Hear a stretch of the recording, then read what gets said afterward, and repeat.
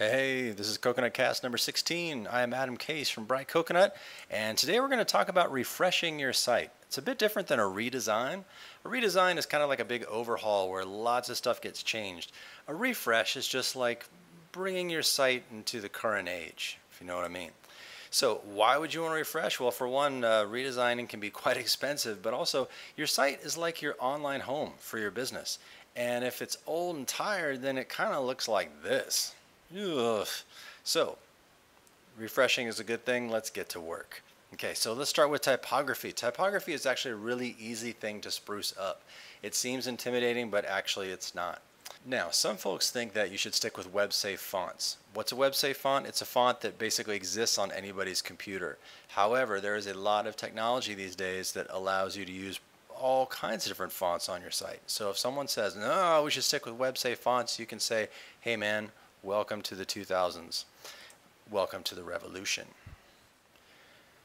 And this, boys and girls, is the revolution. It's Google Web Fonts. Google and all the amazing things that it does has provided a way for you to embed over 500 different fonts. Not that you would use that many. I recommend using no more than 2, maybe 3 in some extreme cases. But it gives you over 500 fonts that you can choose from to embed into your site. And it's constantly adding more. In fact, when I came on today, it's up to 501. When I was here the other week, it was 497. A year ago, it was 100. Okay, so they're growing by leaps and bounds. They're adding all kinds of fonts. It's an amazing resource, and you're free to use these on your website at any time. It's actually quite a cool thing. And to give you an example of a refresh, we'll take a look at my friends District CrossFit.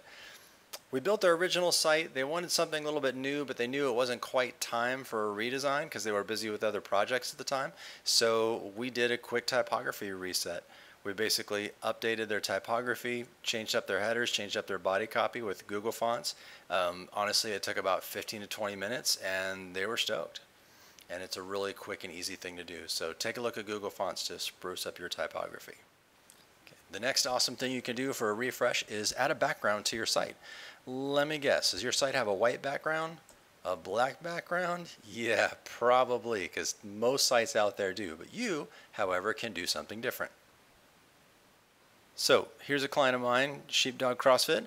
They wanted something very simple, but they also wanted it to be a little off the beaten path. So they sent me a couple photographs of some clients of theirs doing some movements, and we basically, you can see it back there behind all the copy, we essentially took their 2 photographs, ghosted them over a granite-like background, and voila, you have something that's totally unique, totally custom to your own site, and unlike anywhere else. And it adds a whole different layer of depth and dimension to their site.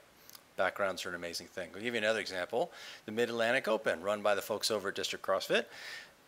Same thing, they had a site, they knew they wanted a dark background site, so instead of just keeping it black, we put in some dark concrete, sort of a stained concrete look, and it adds like a rusticness, a slight grunginess, you know, without getting too industrial or too off the beaten path, but again, it adds a nice texture and a nice flavor to the site. So a background can do really amazing things.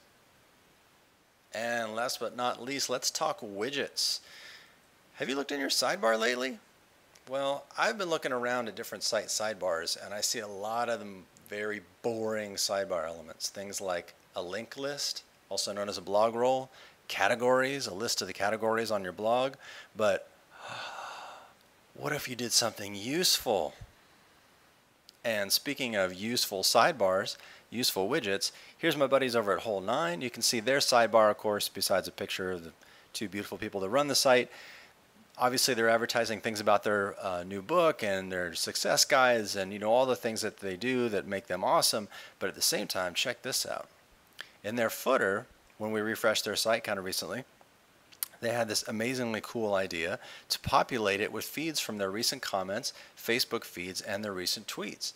So what's the big deal, you say? I say the big deal is this is totally a great idea because, number one, if you didn't know that they're active tweeters, or if you didn't know that they were active on Facebook, then this shows you that. And at the same time, a recent comment feed is a great idea. Number one, it shows you where the conversation is happening on their site. But number two, as a user of the site, it's great when you see your own name up on this list. So it actually encourages people to comment on your site. And the more conversation you have going on your site, the more interest you have in your material, the more readership you have, and usually the more business you have. So these are 3 brilliant ideas for widgets that you can also use on your site.